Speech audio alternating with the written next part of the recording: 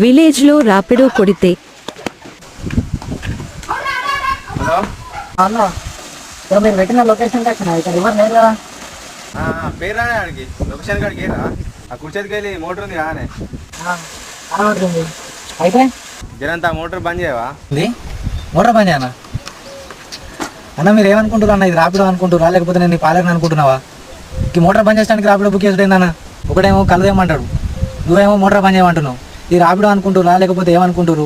ఇది మనుషుల్ని ఎక్కించుకోకుండా దించడానికి ఈ రాపిడో కానీ ఇట్లా మోటార్లు బంద్ చేయడానికి కళ్ళు చేసడానికి దానికి కాదన్న ఇది.